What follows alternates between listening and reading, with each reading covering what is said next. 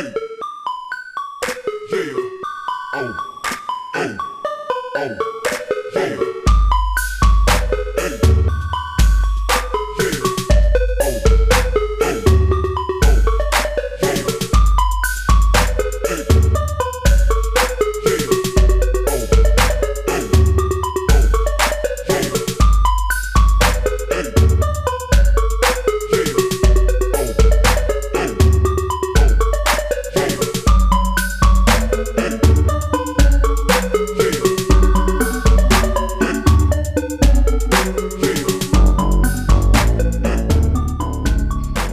What's up, YouTube? It's your boy Thomas, back again with another rendition of Truth Be Told.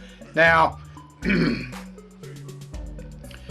the coming elections or midterms or whatever for November is fixing to come up. We'll see what happens. Hopefully, we get rid of the Democrats because they're ruining everything. But we'll see. We'll see what happens. The big thing I want to talk to you about this week is I just got done watching about a week or so ago the movie Love and Thunder, the new Thor movie. And everybody was right. It's trash. It was terrible. I don't know. There was a lot in it that I just could not stomach. It was just awful. I don't know what. It was supposed to be. I understand they're trying to do a little comedy in it, but most of it was not funny. It was just terrible. Man, I don't know what the hell they were thinking with Russell Crowe being Zeus. That was terrible, terrible rendition of Zeus. And the whole Thunderbolt thing, it looked so cheesy looking. Like, really? Oh my gosh. It was just, I think one of the main problems I had with it was, I don't know, it had a lot of woke nonsense in it. The whole...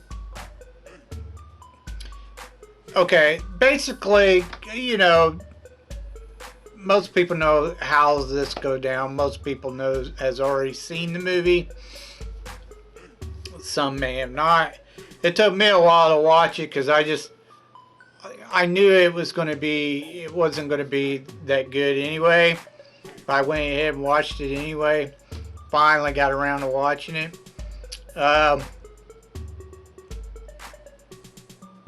You know, Thor's been with Guardians of the Galaxy. I guess they're a little bit tired of him because he ends up, you know, acting like a god all the time and basically saving everyone's ass, which he does at the beginning of the movie. And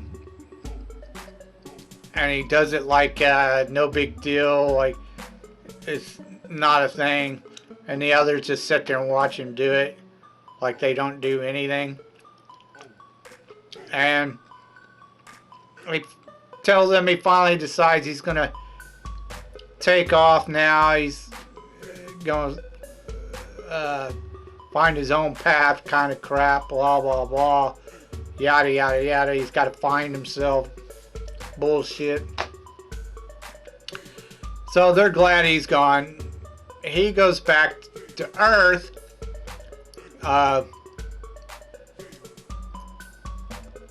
where he gets this vision from, I can't remember the guy's name, the gatekeeper of the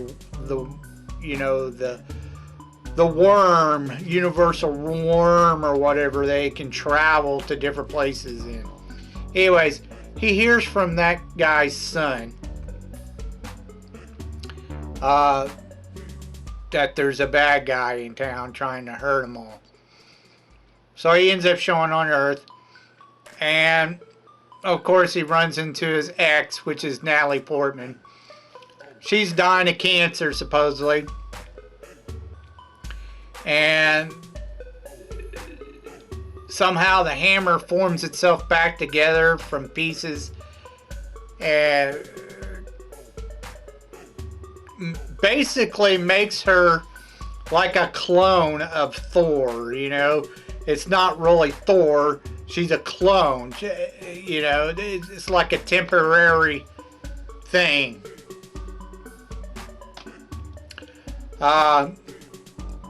This, of course, is reminiscent of most of the shit that's been going on in Marvel DC, where the feminists have, like, instead of making their own characters and trying to go with that, because they know it's not going to work anyway, nobody gives a shit, they steal other characters and try to reform them into a female version, which is dumb. It's ignorant. Anyways, she gets the hammer now, and she can call on the powers of Thor too, which is just asinine and dumb because he's still there. Makes no sense, but whatever. He, of course, still has the axe instead of the hammer. But anyways, they get to fight off this guy who can control shadow people. Apparently he carries a blade around that can kill gods. Boy, I've never heard that story before. Jesus. Anyways, he's actually kind of a cool villain, but they make him look like a puss. And from what I understand, he's not in the comics. So I don't understand why they went that route. But regardless, they could have done so much more with him. But they didn't do it. They made him look cheesy and redonkulous. Thor easily defeats him. And she's like, oh, I'm going to help, blah, blah, blah. I don't care what you say, blah, blah, blah. And of course, because she has cancer, she ends up dying. You have an after post credit scene, whatever, of her waking up in Valhalla, which again is dumb. It's retarded. And instead of having Odin meet her, the black guy meets her. That controls the gateway, or used to control the gateway. There's this whole scene where Thor is like having this argument with the black guy's son over his name. Basically insinuating that the kid can choose whatever he wants to be and what his name can be. And it was just so cringy. I was just like, whatever. The kid's name is this. Stop calling yourself something else. It's fucking retarded. Like I said, a lot of feminist crap, woke crap in this movie. There's one scene where she tries, it's supposed to be like kind of a joke, I guess, but seriously, it's a serious joke, where she's naming, what is that, slogans or whatever she could say when beating enemies or taking off or some shit like that. And she says something to do with, let's go over the rainbow or some bullshit like that. I was like, really? It's so fucking retarded. You know, doing the whole alphabet community rainbow shot, whatever. Shut the fuck up. That's so dumb. It's retarded. I absolutely hated the ending. I thought the ending was dumber than shit. He's gonna have a little 8-year-old or 9-year-old fucking girl all of a sudden she's a god now too, and she can go help him defeat enemies.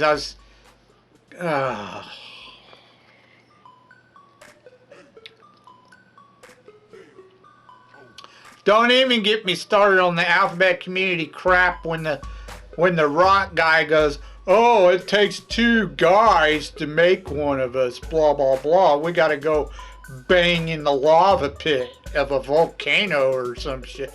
Oh, get the fuck out of here. Oh my God. It was just one cringe moment after another. And everyone's already heard the whole, it's supposed to be a queen, not a king.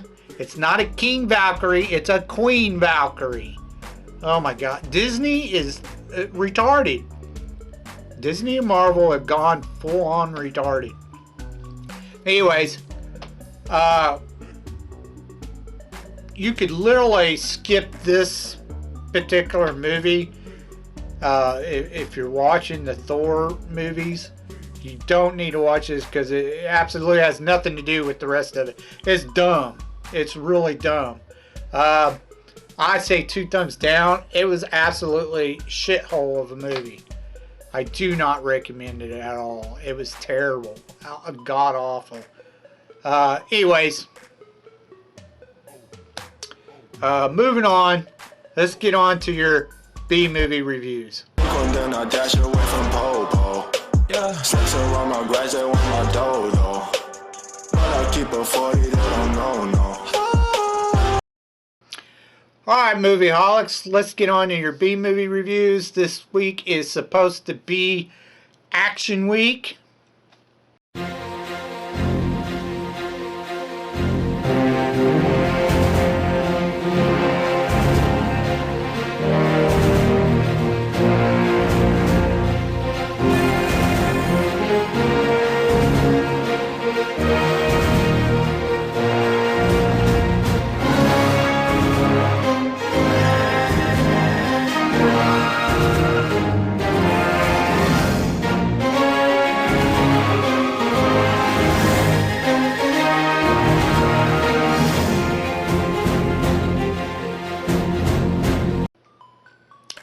Now, I have watched a couple of movies that are about street gangs, but they're not really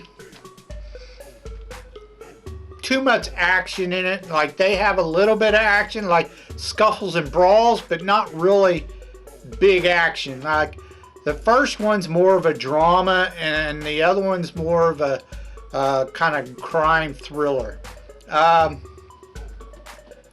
Now, the first one was suggested to me by some online friends of mine called the Hollywood Horror Museum or the Sci-Fi World Museum, whichever one. They run both. They told me to check out something called The Wanderers. This movie starred Ken Y and Karen Allen. It was done in 1979, but it only made about 15,000 worldwide. It really didn't do very well at all. And I think the reason why is because at the same time there was another movie about a street gang called The Warriors that came out same time, and it did way better. But anyways, I'd never heard of this movie, so I figured I'd check it out. Now, I thought it was going to be like The Warriors, and it was supposed to be about a gang in UK. But it wasn't. It was an American gang. It just had, you know, a couple of UK actors in it, or English actors. And it was more like The Outsiders and American Graffiti, as opposed to, you know, The Warriors. It was like a 50s type gang, you know, where there's not really any violence. Not really. Like I said, it had a couple of fight scenes in it, like some scuffles or, you know, rumbles in it, or one big rumble in it. Other than that, that was about it. Anyways, the main part of the movie is you're following around like 5 or 6 guys who call themselves the Wanderers, which is their street gang, I guess. But anyways, there's at the very beginning, it shows in a high school. They go to high school, and there's just tons of these little gangs. And people's got their own little colored jackets or whatever. But the main gang that everyone's kind of worried about is this group called the Baldies. And they basically, they look like skinheads, but they're not skinheads. They shave their heads, and that's why they're called the Baldies. There's one big guy in it, and he calls himself Terror. Now his little girlfriend looks like she's 13 years old, so it's kind of awkward looking. I'm sure she's a bit older, but she looked like she was 13 years old. They called her Pee Wee, but it was really weird seeing her with him. It was just strange. She's the only girl in the group in the entire gang. Most of the other gangs don't have a girl in their gang. But anyways, they're all particularly worried about this guy named Terror. Well, they find this other guy, the Wanderers do, who joined their gang, and he's pretty beefed up dude. And he helps them out and joins the gang. And the whole movie's centered around this group called the Wanderers. Now, they do have a buddy of theirs that gets killed by this other gang that is not affiliated with them. It's a different neighborhood, the Bronx, and they're called the Ducky Gang or some crap. The dumbest name I ever heard for a gang, but they're called the Ducky Gang. And my guess is because, you know, when you see this gang, you better duck and hide because there's a crap ton of them. All these other gangs, they have like 5 or 6 people in them. But this gang has like a crap ton of... It's like 5 gangs in one. It's just crazy how many of them there are. Anyways, they end up killing their buddy. And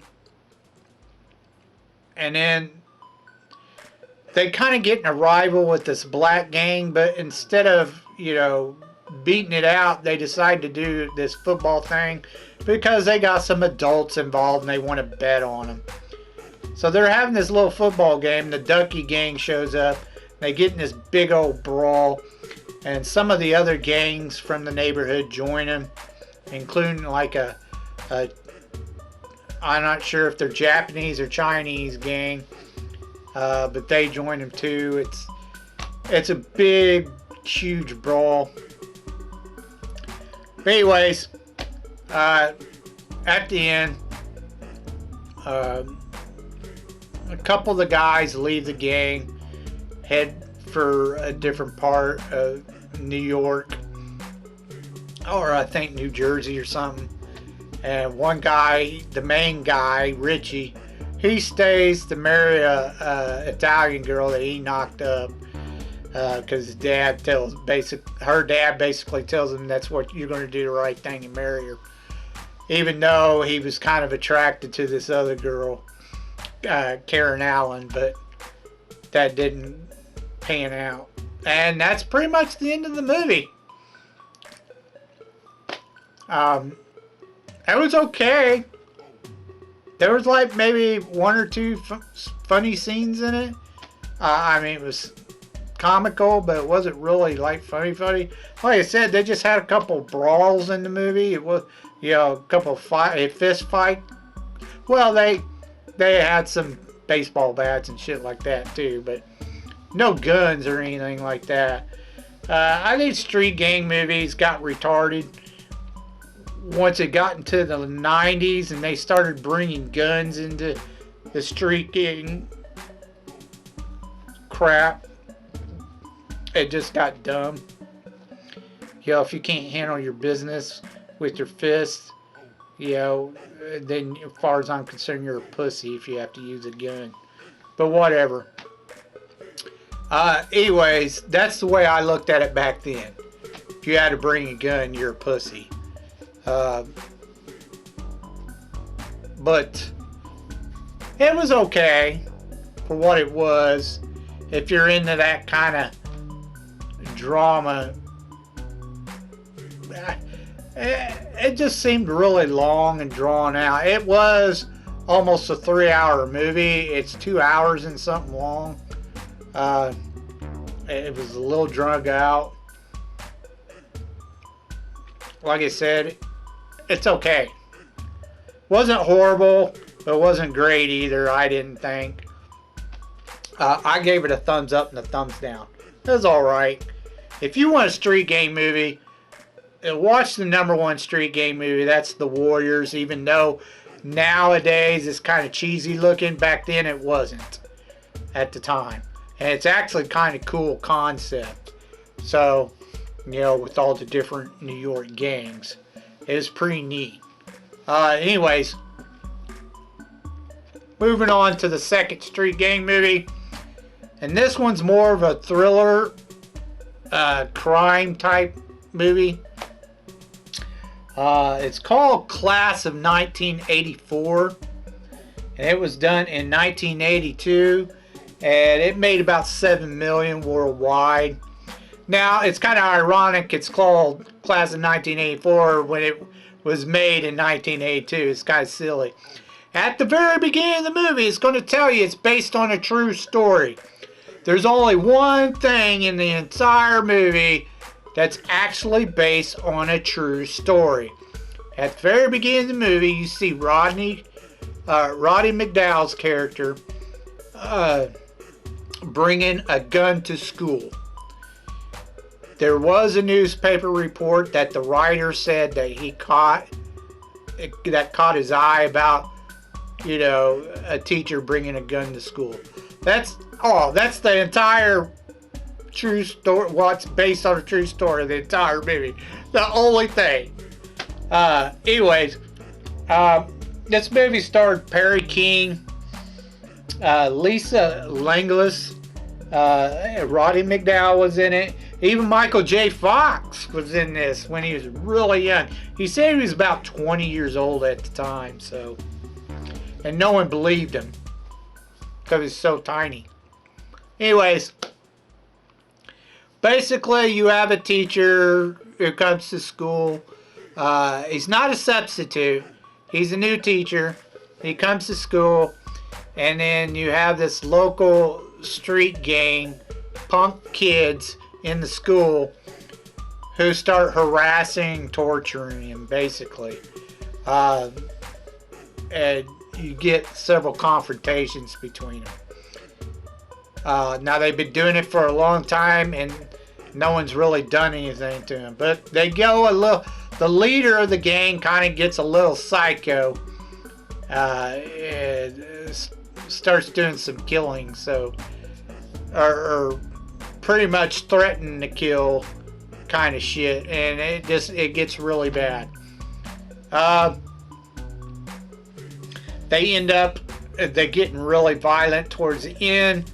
The little gang ends up going to the teacher's house. They rape his wife. All the guys, there's one girl in the gang, Lisa Langlis character, and there's like 4 guys in the gang. They rape his wife, and then they bring her to the school. And then while there's this concert going on for the band, he's a music teacher, the teacher is. He goes, while the concert's going on, he's chasing these gang guys around in the school, other parts of the school, and they end up getting in these bloody fights that ends up killing pretty much the entire gang by himself. And that's pretty much the end of the movie.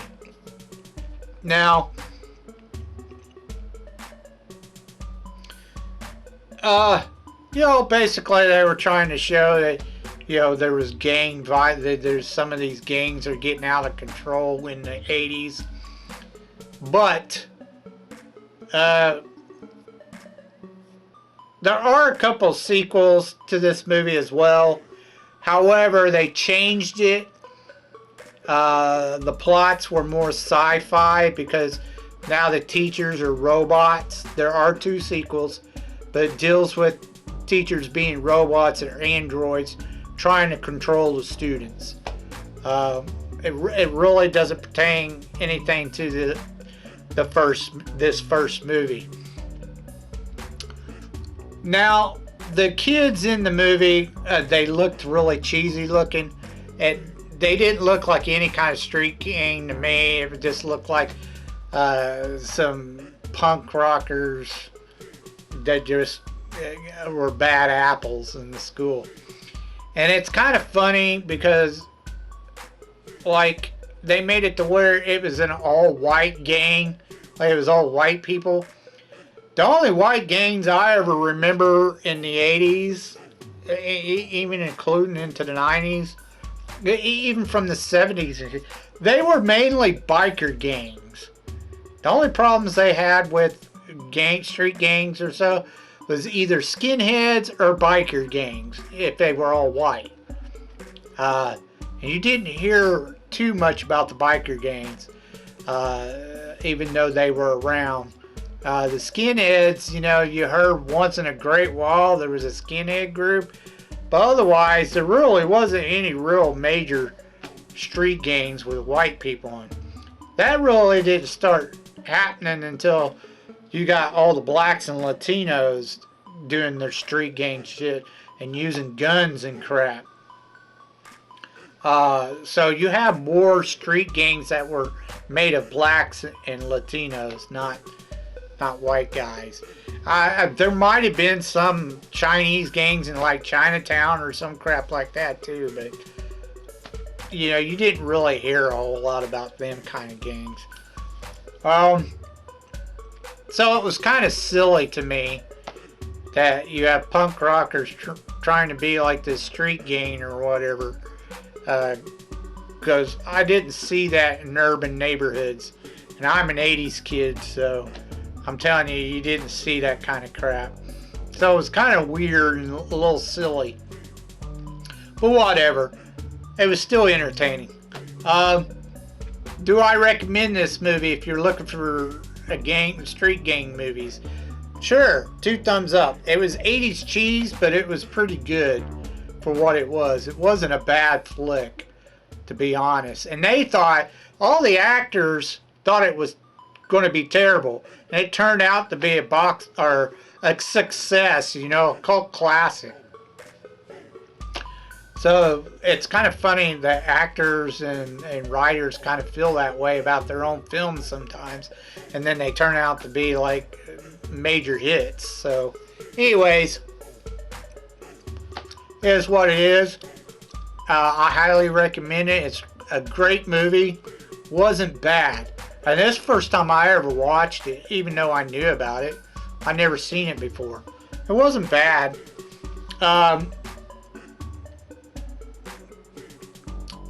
So, you know, like I said, if you're looking for a street gang movie, check it out. It's not too bad, even though some of it was pretty cheesy and silly. Like, you know, that would never happen kind of shit, you know. Like, yeah, okay, whatever, you know. But it wasn't bad. Check it out. Alright, Movieaholics. That's all I have for you this week. If you have any thoughts about what I said earlier in the video, like about Love and Thunder, please leave your thoughts down in the comment section down below. If you have any movies that you think are underrated, B-rated type movies, you know, you think I may never seen or heard of, please leave your suggestions down in the comment section down below, and I'll get to reviewing them as soon as I can. So until next time, I told you you'd be told the truth, and you just been told.